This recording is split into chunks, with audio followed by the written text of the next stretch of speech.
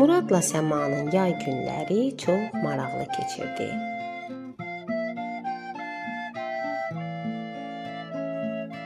Onlar həm iş görür, həm də hər gün özlərinə maraqlı bir əyləncə tapırdılar. Quşlar üçün yuva düzəldir, evlərinin yaxınlığında yerləşən balaca göldən balıq tutur, meşəyə gəzməyə gedirdilər.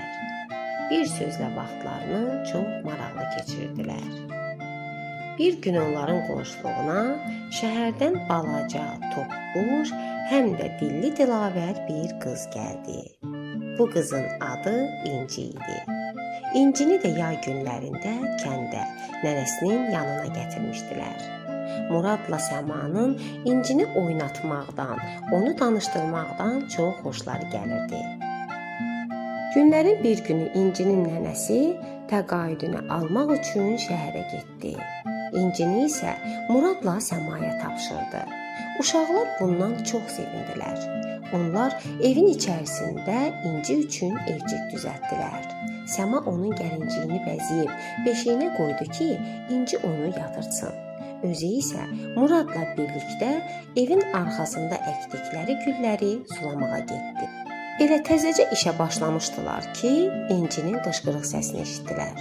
Onlar tez evin qabağına qaçdılar. İnci çardaqdan Muradı çağırdı. Onu görən kimi ağlaya-ağlaya dedi: "Mənə kömək elə, qorxuram." Uşaqlar İncidən nə olduğunu soruşdular. İnci: "Evə ayı gəlib, mən qorxuram," dedi.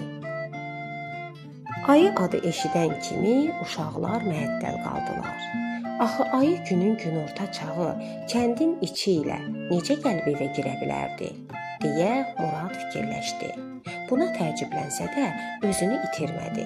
Həyətdən bir nərdivan tapıb onu çardağın pəncərəsinə söykədi və Səmaya dedi: "Səma, İncini qurtarmalıyıq. Sən gözlə, mən sənə çardağa qalxım." İncini evdən çölə çıxardım. Sonra isə üzünü İnciyə tutub qışqırdı: "İnci, qorxma, çardaqda gözlə, bu dəqiqə yanına qalxıram." Murad bunu deyib nərdivanla çardağa dırmaşdı. İnci qorxudan ağlaya-ağlaya Muradın boynuna sarıldı. Murad İncini sakitləşdirdi. Sonra isə çardağın qapısına yaxınlaşıb onu örtmək istədi ki, ayı çardağa girə bilməsin. Özü isə ayını görmək üçün evin ortasına boylandı. Amma heç nə görməyib soruşdu: "İnci, bəs ayı hanı?"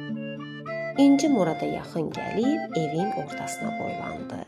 İçini çəkə-çəkə dedi: "Bax, qonub balqabının üstünə." Murad bunu eşidən kimi bərkdən gülməyə başladı. Çardağın pəncərəsinə yaxınlaşıb Səmanı səslədi: "Səma, qorxma, ayı zad yoxdur." İnci arı deməyə əvəzinə ayı deyib.